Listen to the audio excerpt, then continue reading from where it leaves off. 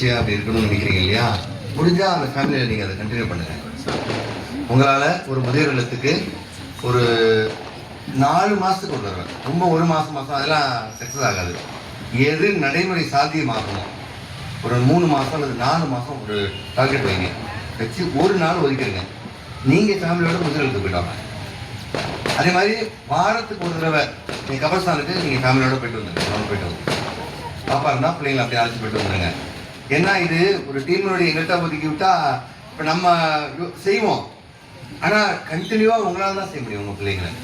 அப்போ உங்கள் பிள்ளைகள் எதில் அவனுக்கு வந்து அப்ரோச் நல்லா இருக்குன்னு நீங்கள் புரிஞ்சுக்க முடியும். அப்போ அதுக்கு தகுந்த மாதிரி நீங்கள் என்ன செய்யலாம், நீங்கள் பிள்ளைங்களை அது அப்போ நீங்களும் உங்களுக்கும் ஒரு பிள்ளையால் நானும் இப்படி செய்கிறேன். அவங்க வந்து பயங்கரமாக எனக்கு இம்ப்ரெஸ் பண்ணிட்டு போயிட்டார். நான் அந்த மைக்கு பிடிச்சதே என் பிள்ளைக்கு ஆகுது. சூப்பர், இதைத்தான் நான் எதிர்பார்த்தோம். நான் பிடிச்சா நான் பிள்ளை பிடிப்பான், கண்டிப்பாக பிடிப்பான். இன்ஷால்லா நல்லதுக்கு பிடிப்பான் அந்த மைக்கை. சரியா? அந்த விதத்தில் நீங்களே ஒரு ஹாஸ்பிட்டலுக்கு என்ன செய்யுங்க, ஒரு திடீர்னு திடீர்னு உங்கள் மனசுக்கு நல்லா இருக்குது, அது கஷ்டமாக இருக்குது, டக்குன்னு ஒரு சாப்பாடு செய்யுங்க. இருக்கிற சாப்பாடை கொண்டு போயிட்டு ஒரு ஜிஎஸ் பிள்ளையை அழைச்சிட்டு போயிட்டு யாருக்காவது இல்லாதவங்களுக்கு சாப்பாடு கொடுத்துருவாங்க.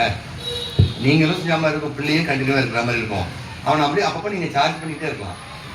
நாங்கள் ஒரு தடவை சார்ஜ் பண்ணிட்டோம், நீங்கள் தான் ரீசார்ஜ் பண்ணிகிட்டே இருக்கணும். ரீசார்ஜ் நீங்கள் தான் பண்ணோம். ஒன்ஸ் இன்ஸ்டால் பண்ணியாச்சு நாங்கள்.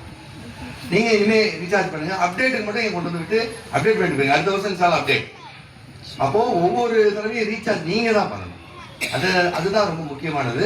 வேறு ஏதாவது நெகட்டிவாக இருந்தாலும் சொல்லுங்கள், நாங்கள் திருப்திக்கிறோம். பாசிட்டிவ் மட்டும் வேணும்னு நினைக்காதீங்க.